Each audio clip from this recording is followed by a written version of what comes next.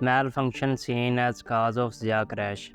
اس کی سٹوری میں بتایا جاتا ہے کہ ضیاء پلین کریش کی انویسٹیگیشن پر موجود امریکی ایکسپرٹس کے مطابق حادثہ کسی تکنیکی خرابی کی وجہ سے پیش آیا اور انہیں کسی تخریب کاری کے شواہد نہیں ملے۔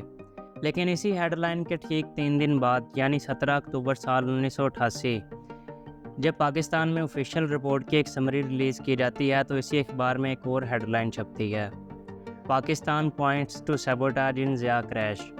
اس سٹوری میں بتایا جاتا ہے کہ امریکی ٹیم کے تعاون سے تیار کی گئی پاکستانی رپورٹ کے مطابق انویسٹیگیشن ٹیم کو کسی قسم کے ٹیکنیکل فالٹ کے شواہد نہیں ملے اور انہیں ایسے کیمیکلز کے آثار ملے ہیں جن کا استعمال عام طور پر ایکسپلوسیو مواد میں کیا جاتا ہے۔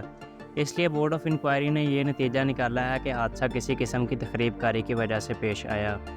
لیکن یہاں پر ایک سوال ہے دوستو کہ اگر امریکی ٹیم کے تعاون سے تیار کی گئی پاکستانی رپورٹ کے مطابق حادثے کی وجہ تخریب کاری تھی تو کیا 14 اکتوبر والی سٹوری نیو یارک ٹائمز کی اپنی من گھڑت کہانی تھی؟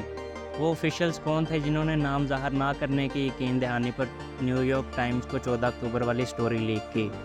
اس کے علاوہ ایک امریکی صحافی ایڈورڈ ایپسٹائن نے اس سانحے کے متعلق اپنے آرٹیکل میں کیا انکشافات کیے اور کیسے یہ سانحہ صرف ایک کنٹروورسی بن کے رہ گیا، آئیے جانتے ہیں اس ویڈیو میں۔ معزز خواتین و حضرات، السلام علیکم۔ 17 اگست سال 1988 3:46 پر بہاولپور ایئر بیس سے ایک C-130 ہرکولیس طیارے نے پرواز بھری۔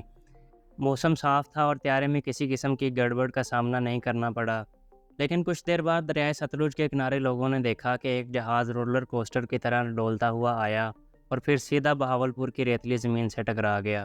طیارے نے آگ پکڑ لی اور طیارے میں موجود تمام افراد مارے گئے۔ صدر Pakistan chief of army staff general Zia الحق اور chairman joint chief of staff committee general Akhtar عبد الرحمان جو بہاولپور میں ٹینکوں کی نمائش دیکھنے آئے تھے اس سانحے کا شکار ہوئے جس کی گتھی پھر سلجھ نہ سکی، یا پھر کئی لوگوں کے مطابق سلجھنے ہی نہ دی گئی۔ جنرل ضیاء الحق کی دعوت پر اس طیارے میں سوار ہونے والے امریکی سفیر آرنلڈ رافیل اور امریکی بریگیڈیئر جنرل ہربرٹ ویسم بھی اسی سانحے میں مارے گئے۔ اس وقت کے chairman senate Ghulam Ishaq Khan PTV پر آئے اور انہوں نے اس افسوسناک واقعے سے پوری قوم کو آگاہ کیا۔ صدر مملکت جنرل محمد ضیاء الحق صاحب کا آج سے پہر ہوائی حادثے میں انتقال ہو گیا۔ انا للہ و انا الیہ راجعون۔ سانحے کے بعد بہت سارے ایسے واقعات ہوئے جنہوں نے شکوک و شبہات کو جنم دیا۔ لوگوں نے بہت سارے سوالات اٹھائے لیکن ان سوالات کا تسلی بخش جواب نہ مل سکا۔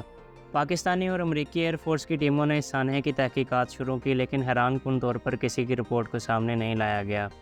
انہی واقعات کی روشنی میں ایک مشہور صحافی باربرا کروسٹ لکھتی ہیں کہ 20ویں صدی میں ہونے والے تمام پرتشدد سیاسی اموات میں سے کسی پر اتنا پردہ نہیں ڈالا گیا جتنا جنرل ضیاء الحق کے پراسرار طیارہ حادثے پر ڈالا گیا۔ امریکہ میں امریکی سفیر آرنلڈ رافیل اور بریگیڈیئر جنرل ہربرٹ ویسم کی بیواؤں کو بتایا گیا کہ سانحے کی وجہ ایک تکنیکی خرابی تھی جو کہ C-130 میں عام طور پر پائی جاتی ہے۔ لیکن دوسری طرف پاکستانی انویسٹیگیشن ٹیم نے انویسٹیگیشن کرنے کے بعد 365 صفحات پر مشتمل رپورٹ کی ایک سمری صدر غلام اسحاق خان کو بھجوائی۔ اس رپورٹ میں بتایا گیا کہ انویسٹیگیشن ٹیم کو انویسٹیگیشن کے دوران ایسا کوئی ثبوت نہیں ملا جس سے کہا جا سکے کہ یہ سانحہ کسی قسم کی تکنیکی خرابی کی وجہ سے پیش آیا۔ اس کے علاوہ انہیں ایسے کیمیکلز کے آثار ملے ہیں جن کا استعمال عام طور پر دھماکہ خیز مواد میں کیا جاتا ہے۔ اس لیے بورڈ آف انکوائری نے یہ نتیجہ نکالا ہے کہ سانحہ کسی قسم کی تخریب کاری کی وجہ سے پیش آیا۔ البتہ اس رپورٹ میں سانحے کی وجہ بننے والے مجرمانہ فعل کی نشاندہی نہیں کی جا سکی، اس لیے رپورٹ میں سفارش کی گئی کہ اس کیس کی کرمنل انویسٹیگیشن کروائی جائے۔ ایک طرف یہ رپورٹ تھی اور دوسری طرف امریکی میڈیا اور کچھ سرکاری نمائندے اس سانحے کی اصل وجہ ٹیکنیکل فالٹ ہونے پر ہی زور دے رہے تھے۔ ان کے مطابق یہ report Pakistani military mindset کا نتیجہ تھی، لیکن اس سانحے کے تقریباً 1 سال بعد ستمبر 1989 میں ایک امریکی صحافی ایڈورڈ جے ایپسٹائن نے ایک طویل آرٹیکل لکھا اور بہت سارے حیران کن انکشافات کیے۔ وہ انکشافات کیا تھے؟ دوستو، ایڈورڈ ایپسٹائن ایک امریکی صحافی تھے اور انہوں نے ہو گلڈ ضیاء کے نام سے ایک آرٹیکل لکھا۔ وہ آرٹیکل آج بھی ان کی ویب سائٹ پر موجود ہے، ہم اس کا لنک ڈسکرپشن میں ڈال دیں گے۔ اس آرٹیکل میں انہوں نے سانحے کی تفصیلات اور ان لوگوں کے بارے میں لکھا جو کسی نہ کسی وجہ سے ضیاء الحق کا خاتمہ چاہتے تھے۔ وہ لوگ یا وہ طاقتیں کون تھی اس کے بارے میں تو ہم انشاءاللہ اگلی ویڈیو میں ڈسکس کریں گے۔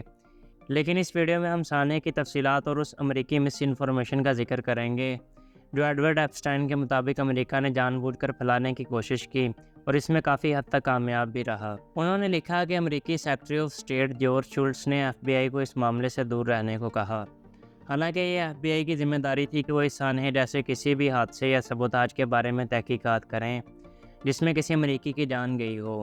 اور دلچسپ بات یہ ہے دوستوں کہ ضیاء پلین کریش کی تحقیقات کرنے کے لیے ایف بی آئی کی تیاریاں مکمل تھیں اور ایک فورینزک ایکسپرٹس کی ٹیم بھی تیار ہو چکی تھی۔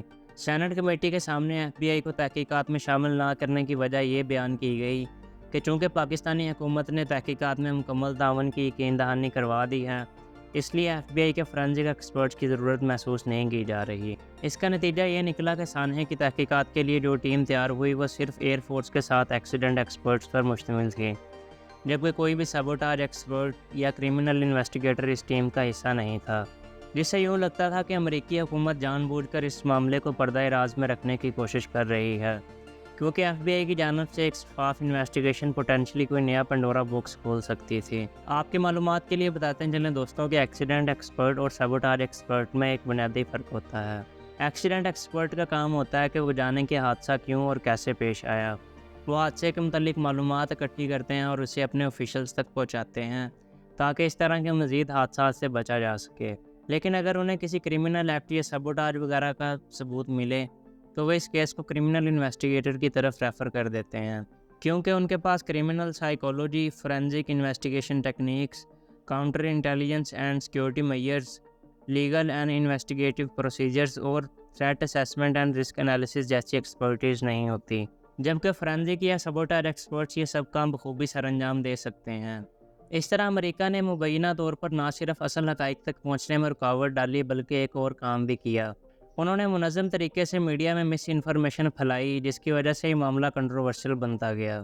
پاکستان میں تعینات ہونے والے نئے امریکی سفیر رابرٹ اوگلے نے ایک خفیہ ٹیلی گرام امریکہ بھیجا۔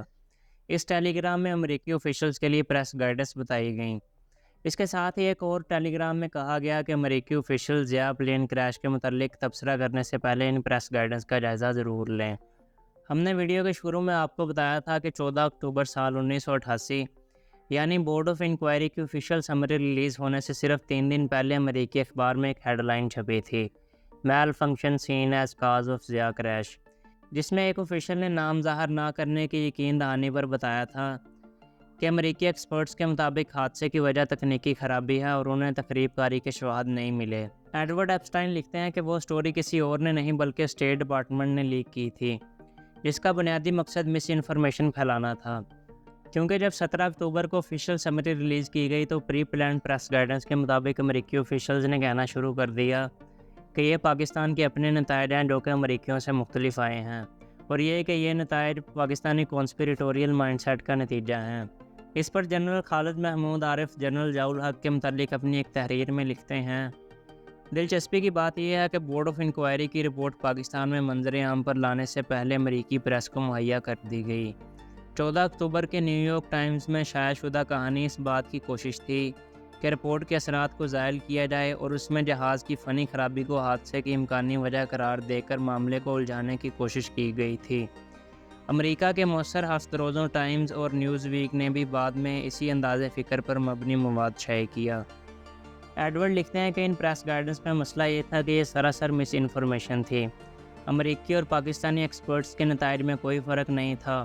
6 امریکی ایئر فورس ایکسپرٹس جن کو کرنل ڈینیل سفورڈا لیڈ کر رہے تھے، ان کا بھی یہی ماننا تھا کہ حادثہ کسی تکنیکی خرابی کی وجہ سے نہیں بلکہ تخریب کاری کی وجہ سے پیش آیا، اور حقیقت یہ تھی کہ پاکستانی ایکسپرٹس نے نہیں بلکہ امریکی ایکسپرٹس نے رپورٹ کے وہ نکات لکھے تھے جن میں طیارے کا تکنیکی خرابی کی وجہ سے تباہ ہونا خارج از امکان قرار دیا گیا تھا۔ ایڈورڈ لکھتے ہیں کہ اس بات کی تصدیق میں نے خود دونوں ٹیموں کے سربراہان سے کی تھی۔ امریکی ٹیم کے ہیڈ کرنل ڈینیل سفورڈا نے خود subcommittee on Asian and Pacific affairs کو بتایا کہ ہمیں انویسٹیگیشن کے دوران ٹیکنیکل فالٹ کا کوئی ثبوت نہیں ملا۔ ایڈورڈ لکھتے ہیں کہ پینٹاگون کے ایک آفیشل نے ان کو 365 صفحات پر مشتمل رپورٹ کے وہ نکات پڑھ کر سنائے جن میں طیارے کے حادثاتی طور پر تباہ ہونے کے باقی تمام امکانات کو بھی خارج از امکان قرار دیا گیا تھا، جن کی تفصیل اگر آپ چاہیں تو اس آرٹیکل میں پڑھ سکتے ہیں۔ مختصر یہ کہ سانحے کے وقت انجن اپنی پوری رفتار پر کام کر رہے تھے، طیارے میں الیکٹرک پاور بھی بحال تھی اور کسی بھی قسم کا کوئی میجر ایشو نہ ملنے کی وجہ سے بورڈ آف انکوائری نے یہ نتیجہ نکالا کہ حادثے کی وجہ کسی قسم کی تخریب کاری تھی۔ اس نتیجے کو اس وقت مزید تقویت ملی جب واشنگٹن میں موجود bureau of alcohol, firearms and tobacco کی ایک لیبارٹری میں ملبے کے کیمیکل انالیسس کیے گئے۔ کیمیکل انالیسس کرنے پر پینٹا ایریتھریٹول، ٹیٹرا نائٹریٹ، اینٹی منی اور سلفر کے شواہد ملے۔ دوستو یہ وہ کیمیکلز ہیں جن کا استعمال عام طور پر ایکسپلوسیو مواد میں کیا جاتا ہے۔ ایک تھیوری کے مطابق یہ کیمیکلز اس ایکسپلوسیو مواد کا حصہ تھے جسے نرو گیس کی فلاسک وغیرہ کو ایکسپلوڈ کرنے کے لیے استعمال کیا گیا، جس سے پھر پائلٹس انکیپیسیٹیٹ ہوئے اور طیارہ کریش ہوا۔ بورڈ آف انکوائری نے یہ نتیجہ نکالنے کے بعد رپورٹ میں لکھا کہ چونکہ ان کے پاس کرمنل ایکٹس کی انویسٹیگیشن کرنے کے لیے درکار فورینزک یا سبوٹاج ایکسپرٹیز نہیں ہے، اس لیے اس کیس کو کسی کرمنل انویسٹیگیشن ٹیم کی طرف ریفر کیا جائے، اور بورڈ نے کرمنل انویسٹیگیشن کے لیے ISI کی سفارش کی۔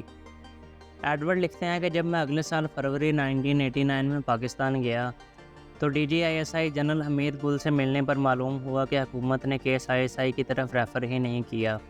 جنرل حمید گل نے بتایا کہ کیس ISI کو دینے کی بجائے ایک سول سرونٹ FK بندیال کو دے دیا گیا ہے، اور بندیال کمیشن ہمارے ذرائع استعمال نہیں کر رہا، اور جہاں تک مجھے علم ہے انہوں نے ابھی تک اس پر کام شروع ہی نہیں کیا۔ آپ کو بتاتے چلیں دوستوں کہ اس وقت پاکستان میں بے نظیر بھٹو کی حکومت تھی جو کہ ماضی کے کچھ تلخ واقعات کی وجہ سے اینٹی ضیاء تھی۔ اعجاز الحق لکھتے ہیں کہ جب میں نے انکوائری کے ایک سلسلے میں ایک حکومتی نمائندے سے بات کرنے کی کوشش کی تو انہوں نے ایک انوکھا جواب دیا۔ اسٹیٹ فار ڈیفینس تھا، وہ کہتا تھا، اس کو جب کہا گیا نا جا کے کہ بھئی اس حادثے کے بارے میں انکوائری کرو، انہوں نے کہا اللہ میاں کو ٹیلی فون کرو۔ ایڈورڈ لکھتے ہیں کہ کیس اگرچہ ISI جیسے سوفسٹیکیٹڈ ایجنسی کو نہیں دیا گیا لیکن پھر بھی اس پلین کریش کی اصل وجوہات تک پہنچا جا سکتا تھا۔ ایسے شواہد موجود تھے جن کی مدد سے معاملات کی تہہ تک پہنچنا ممکن تھا۔ مثال کے طور پر وہ لکھتے ہیں کہ میں C-130 کے بعد ٹیک آف ہونے والے طیاروں کے پائلٹ سے فردن ملا۔ ان طیاروں میں مرزا اسلم بیگ کا ٹربو جیٹ، C-130 کے بیک اپ پر موجود پاک 379 اور سیسنا سیکیورٹی پلین شامل تھے۔ یہ تمام پائلٹ C-130 کے عملے سے واقف تھے اور طیارے اور کنٹرول ٹاور کے درمیان ہونے والی گفتگو سن سکتے تھے۔ ان سب پائلٹس کے مطابق C-130 نے اسلام آباد میں ایسٹیمیٹڈ ارائیول ٹائم بتایا۔ اس کے بعد جب کنٹرول ٹاور نے اس کی لوکیشن پوچھی تو آگے سے کوئی جواب نہیں آیا۔ جب خاموشی بڑھتی گئی تو کنٹرول ٹاور نے رابطے کی کوششیں تیز کر دیں لیکن کوئی جواب نہیں مل سکا۔ کچھ دیر بعد طیارے کے ریڈیو سے ایک مدھم سی آواز آئی جس میں ایک شخص مشہود پکار رہا تھا۔ ان طیاروں کے پائلٹس میں سے ایک پائلٹ نے اس آواز کو پہچان لیا۔ اس کے مطابق یہ آواز ضیاء الحق کے ملٹری سیکٹری بریگیڈیئر نجیب احمد کی تھی۔ یہاں پر ایک سوال ہے دوستو کہ اگر ریڈیو آن تھا تو کنٹرول ٹاور کی جانب سے کیے گئے اتنے میسیجز کے باوجود پائلٹس کی طرف سے خاموشی کیوں تھی؟ انہوں نے خطرے کو بھانپتے ہوئے کسی قسم کا ایمرجنسی میسیج کیوں نہیں دیا؟ ونگ کمانڈر مشہود جو اس طیارے کے مین پائلٹ تھے اور ضیاء الحق کے قریبی ساتھی تھے، انہوں نے جہاز پر سوار لوگوں کو کسی قسم کے خطرے سے آگاہ کیوں نہیں کیا؟ حتیٰ کہ کریش کے وقت عملے میں سے کسی کے چیخنے کی آواز تک سنائی نہیں دی۔ تو اس کا ایک ہی جواب ہے دوستو کہ یا تو طیارے میں موجود لوگ کسی نرو گیس کے تحت بے ہوش ہو چکے تھے یا مارے جا چکے تھے۔ ایڈورڈ لکھتے ہیں کہ اس دن جہاز میں نرو گیس نصب کرنے جیسا کوئی بھی کام بآسانی کیا جا سکتا تھا۔ اس کی وجہ یہ تھی کہ طیارے کو سیکیورٹی پروٹوکول کے مطابق ملتان ایئر بیس لے کے جایا جانا تھا جہاں اسے مکمل سیکیورٹی فراہم کی جاتی، لیکن طیارے کو ملتان نہیں لے جایا جا سکا۔ اس کی وجہ یہ تھی کہ طیارے کا کارگو ڈور خراب تھا اور ایک ریپیئرنگ ٹیم اس دروازے کو ٹھیک کرنے کے لیے تقریباً 2 گھنٹے مصروف رہی۔ ان 2 گھنٹوں کے دوران جہاز میں آنے جانے والے کسی شخص کی تلاشی نہیں لی گئی، اس لیے نرو گیس نصب کرنے جیسا کوئی بھی کام بآسانی کیا جا سکتا تھا۔ تو دوستو یہ وہ تمام نکات ہیں جن کی وجہ سے کوئی بھی شخص چاہے وہ ٹپیکل پاکستانی کانسپریٹوریل مائنڈ سیٹ رکھتا ہو یا نیوٹرل خیالات کا مالک ہو، وہ ایک بار یہ تو ضرور سوچے گا کہ معاملے کی شفاف تحقیقات نہیں کی گئیں اور کہیں نہ کہیں اس پر دانستہ طور پر پردہ ڈالا گیا۔ اس کے علاوہ ستمبر 2009 کی ایک NDTV کی سٹوری کے مطابق سابق انٹیلیجنس بیورو چیف بریگیڈیئر امتیاز احمد جو کہ ISI میں بھی سرو کر چکے تھے، انہوں نے کہا کہ امریکہ نے اندرونی طاقتوں کے ساتھ مل کر ضیاء کو اسیسینیٹ کیا۔ اسی سٹوری کے مطابق جنرل ضیاء الحق کے بعد بننے والے آرمی چیف مرزا اسلم بیگ جو کہ اس کہانی میں خود بھی ایک مشکوک کردار ہیں، انہوں نے ایک TV چینل کو بتایا کہ ضیاء الحق کا حادثہ کوئی ایکسیڈنٹ نہیں بلکہ سبوٹاج تھا۔ تو دوستوں کیا واقعی سابق انٹیلیجنس بیورو چیف بریگیڈیئر امتیاز احمد صحیح کہہ رہے تھے؟ وہ کون سے لوگ تھے جو مبینہ طور پر ضیاء الحق سے خوش نہیں تھے اور انہیں راستہ سے ہٹانا چاہتے تھے؟ اور اسرائیل پر شک کا اظہار کرنے پر امریکہ نے اپنے ہی ایک تعینات کردہ سفیر کو پاگل قرار دے کر اس کی چھٹی کروا دی۔ یہ کیا کہانی تھی؟ یہ سب ہم ڈسکس کریں گے اس سلسلے کے اگلے اور آخری ویڈیو میں۔